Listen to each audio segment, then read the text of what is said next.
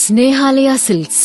இங்கு ஒவ்வொரு புடவையும் ஸ்னேஹா தேர்ந்தெடுத்தது உங்களுக்காக.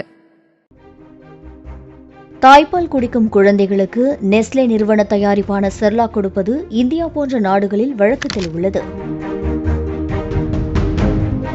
சுவிட்சர்லாந்தை சேர்ந்த இந்த நிறுவனம் இந்தியாவில் பல ஆயிரம் கோடிக்கு வர்த்தகம் செய்து வருகிறது. இந்த நிலையில் பேபி ஃபுட் ஆக்ஷன் நெட்வொர்க் என்ற அமைப்பு ஐரோப்பா மற்றும் இந்தியா உள்ளிட்ட கிழக்காசிய நாடுகளில் விற்கப்படும் செர்லாக் உணவை ஆய்வு செய்தது. ஊட்டச்சத்து பொருளான செர்லாக்கில் சுவைக்கு அடிமையாக்கும், அடிக்கடி உண்ண வைக்கும் அடிக்டிவ் சுகர் சேர்க்கப்படுவது கண்டுபிடிக்கப்பட்டுள்ளது.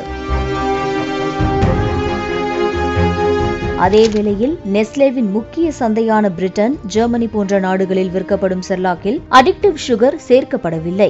இந்தியாவில் விற்கப்படும் செர்லாக்கிலிருந்து குழந்தைகளுக்கு ஒரு முறை ஊட்டுகையில் சராசரியாக 2.2% அடிக்டிவ் சுகர் உடலுக்குள் செல்வதாக சொல்லப்படுகிறது. இதே அளவு எத்தியோப்பியா போன்ற நாடுகளில் விற்கப்படும் செர்லாக்கில் 5.2 கிராமாக உள்ளது.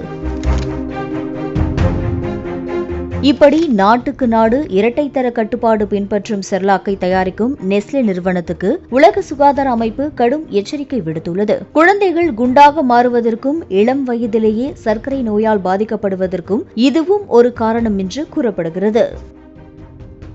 ஸ்னேஹாலயா சில்க்ஸ். இங்கு ஒவ்வொரு புடவையும் ஸ்னேஹா தேர்ந்தெடுத்தது உங்களுக்காக.